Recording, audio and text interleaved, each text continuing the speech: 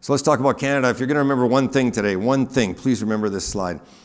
I've shown here the top 6 oil producers in the world, top 6 natural gas producers. I'll run through the flags because they're not all obvious. On the oil side, United States, Saudi Arabia, Russia, Iran, Iraq, Canada, we're 6th. On the natural gas side, the red bars, United States, Russia, Iran, Qatar, Canada, China, we're 5th. Now there's quite a strong movement afoot to disinvest in oil and gas. Don't buy oil and gas equities. Strong effort with our institutions. The pension funds don't invest in oil and gas. There's pressure on our banks. Don't lend to oil and gas. It's immoral. And again, it's a free country. It's one of the great things about Canada. People have the right to pursue any cause they wish. But let's just take their argument to the extreme. Let's say they're successful and no one invests in oil and gas anymore. We can't get equity. We can't get debt. We shut down. We need capital in this business. So congratulations, they win, we lose. So what happens?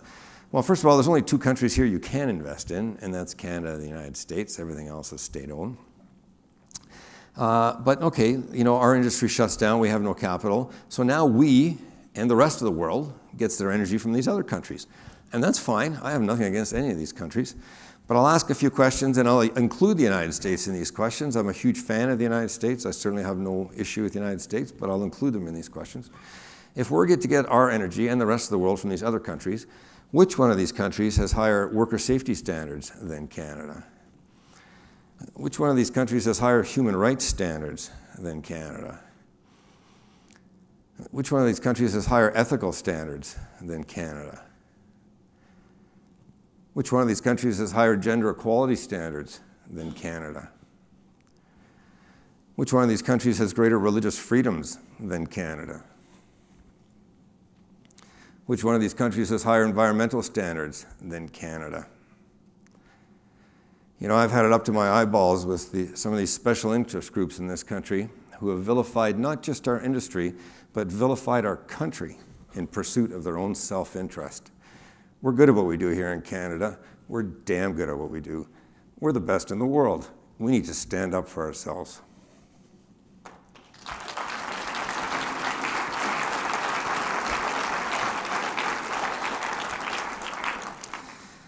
Switching gears, policy. Policy is not that exciting unless you're a lawyer. Lawyers love this stuff. But it's a lot of paper, it's a lot of regulations, but policy is important.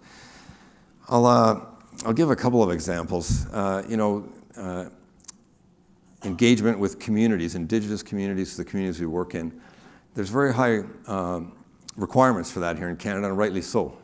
It's the right thing to do. I was fortunate enough to have lunch with Paul Martin, our former Prime Minister, 5-6 years ago. When I say I had lunch with him, I was in a room with 40 people and he spoke. I have not shaken his hand.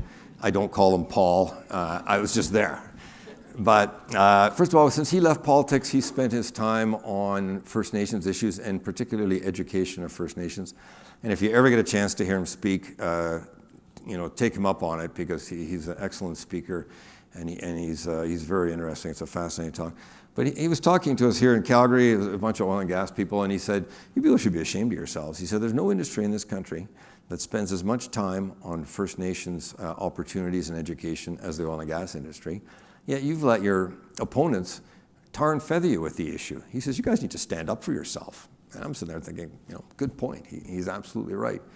And that's part of policy, and we have very strong policies here in Canada. I'll give another example. Tim mentioned I was a founder of Watrous & Co. We opened an office in London, England in 1996 or 7, I can't remember. And we're sitting around on the weekends thinking, okay, what are we going to do this week? And we thought, well, if we're going to be active here, we should go introduce ourselves to the regulator so they know who we are. And it was called the Department of Industry at the time. And so Monday morning, I phoned the Department of Industry and I asked to speak to the Deputy Minister. And I tell the woman on the phone, my name is Chris Slubicki and I'm from Calgary, Alberta, and we're starting this office and so on. And she goes, just a minute, and then he comes on the line 10 seconds later, and I give him the same spiel, and he says, well, why don't you come over at 1:30 this afternoon? And I said, great, I'll be there. So I go over at 1:30, and I walk into his office, and I say, before I start introducing myself and my firm, I'd like to really thank you for letting me barge in. I cold call you on a Monday morning, and here I am in your office at 1:30.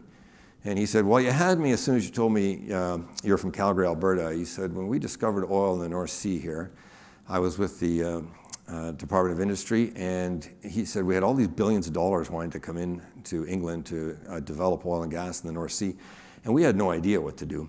So we looked around the world and we said, where's the most responsible regime for developing oil and gas? And he said, my colleagues and I ended up spending 6 months with the ERCB, which is of course the AAR today, and we based our regulatory regime, our environment, on what you guys do in Alberta. You're the best in the world. And I thought, why do I have to go to London, England to hear that? And at home, you get vilified at times. This is just a visual of that. It's not very often you can visualize policy, but I saw this in the Globe Mail just before I went to Queen's. It was in the business section, had nothing to do with any story. It was just there for its artistic merit. The juxtaposition of the palm trees and the kind of industrial palm trees flares in the background. And the caption reads, flames rise as excess hydrocarbons are burned. They're producing oil and burning off the natural gas. That's a lack of policy. You know, we don't do that here in Alberta.